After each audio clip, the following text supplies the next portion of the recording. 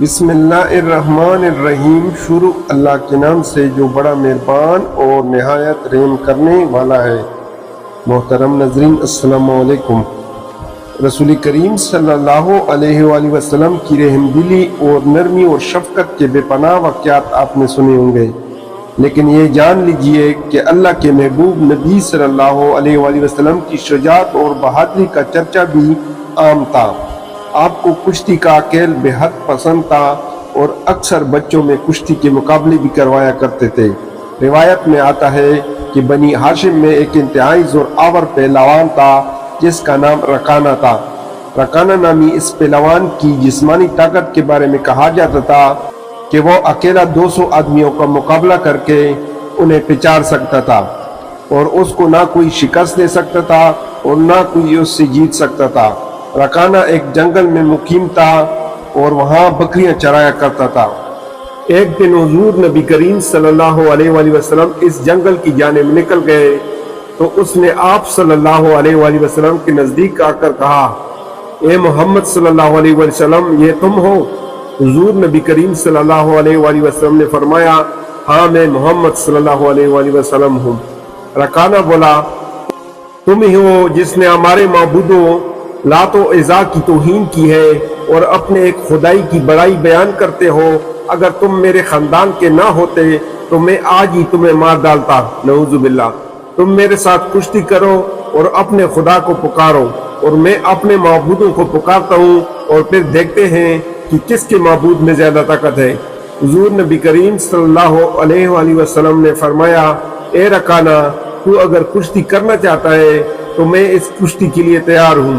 رکانہ نے جب حضور نبی کریم صلی اللہ علیہ وآلہ وسلم کا جواب سنا تو وہ حیران رہ گیا کہ آپ صلی اللہ علیہ وآلہ وسلم کیسے اس سے مقابلہ کر سکتے ہیں، مگر پھر بھی انتہائی غرور و تکبر سے مقابلہ پر آمادہ ہو گیا۔ حضور نبی کریم صلی اللہ علیہ وآلہ وسلم نے رکانہ پر حملہ کیا اور ایک ہی داؤ سے اسے گرا دیا اور اس کے سینے پر بیٹھ گئے۔ رکانہ پہلوان چونکہ اپنی زندگی میں پہلی مرتبہ گرا تھا، اس لیے وہ انتہائی شرمندہ ہوا اور حیران ہو کر کہنے لگا، اے محمد صلی اللہ علیہ وآلہ وسلم، میرے سینے سے اٹھیے، اور میرا دھیان اپنے معبودوں کی جانب نہیں گیا تھا، اور ایک مرتبہ پھر مجھے موقع دیں اور دوسری مرتبہ میرے ساتھ کشتی کریں۔ حضور نبی کریم صلی اللہ علیہ وآلہ وسلم رکانہ پہلوان کے سینے سے اٹھ کھڑے ہوئے اور رکانہ پہلوان دوسری مرتبہ کشتی کے لیے کھڑا ہوا۔ آپ صلی اللہ علیہ وآلہ وسلم نے دوسری مرتبہ بھی ایک ہی داؤ سے رکانہ پہلوان کو زیر کر لیا۔ رکانہ کے لیے یہ بڑی شرمندگی کی بات تھی، مگر وہ پھر بھی ڈٹائی کا مظاہرہ کرتا ہوا بولا، اے محمد صلی اللہ علیہ وآلہ وسلم، یوں محسوس ہوتا ہے کہ میرے معبود آج مجھ سے ناراض ہیں اور تمہارا خدا تمہاری مدد کر رہا ہے۔ تم ایک مرتبہ پھر آؤ اور میرے ساتھ مقابلہ کرو، اس مرتبہ میرے معبود ضرور میری مدد کریں گے۔ حضور نبی کریم صلی اللہ علیہ وآلہ وسلم تیسری مرتبہ رکانہ پہلوان کے مقابل ہوئے اور اس مرتبہ بھی رکانہ پہلوان کو ایک ہی داؤ میں زیر کر دیا۔ رکانہ پہلوان شرمندگی سے بولا، میری ان بکریوں میں سے جتنی بکریاں چاہیں رکھ لیں۔ حضور نبی کریم صلی اللہ علیہ وآلہ وسلم نے فرمایا، مجھے تیری ان بکریوں کی حاجت نہیں، تو مسلمان ہو جا تاکہ دوزخ کی آگ سے بچ سکے۔ رکانہ پہلوان بولا، میرا نفس مجھے اس پر آمادہ نہیں ہونے دیتا، اور اہل مدینہ اور اس کے نواح میں رہنے والے کیا کہیں گے؟ رکانہ نے شکست کھائی اور مسلمان ہو گیا۔ حضور نبی کریم صلی اللہ علیہ وآلہ وسلم نے رکانہ پہلوان کی بات سنی تو فرمایا، تیرا مال تجھے ہی مبارک ہو۔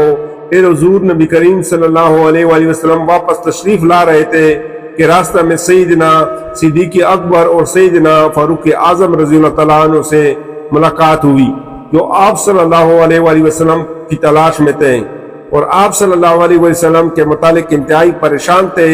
جب انہیں معلوم ہوا کہ آپ صلی اللہ علیہ وآلہ وسلم کا سامنا رکانہ پہلوان سے ہوا تو انہوں نے عرض کیا، یا رسول اللہ صلی اللہ علیہ وآلہ وسلم، وہ انتہائی خطرناک ہے، آپ صلی اللہ علیہ وآلہ وسلم اس جانب کیوں گئے؟ حضور نبی کریم صلی اللہ علیہ وآلہ وسلم نے جب اپنے جان نثاروں کو یوں پریشان ہوتے دیکھا تو تبسم فرمایا، جب اللہ عز و جل کی مدد شامل ہے تو پھر رکانہ پہلوان میرا کیا بگاڑ سکتا تھا؟ پھر حضور نبی کریم صلی اللہ علیہ وآلہ وسلم نے رکانہ پہلوان کو 3 مرتبہ ہرانے کا قصہ سنایا تو دونوں جانثاروں نے خوشی کا اظہار کیا اور کہا یا رسول اللہ صلی اللہ علیہ وآلہ وسلم اس پہلوان کو گرانا تو بس اللہ عز و جل کے رسول صلی اللہ علیہ وآلہ وسلم کا کام تھا۔ سبحان اللہ۔ اللہ تعالیٰ سے دعا ہے کہ ہمیں اپنے رسول صلی اللہ علیہ وآلہ وسلم سے سچی محبت اور عقیدت نصیب فرمائے، آمین یا رب العالمین۔ جزاک اللہ۔ اللہ حافظ۔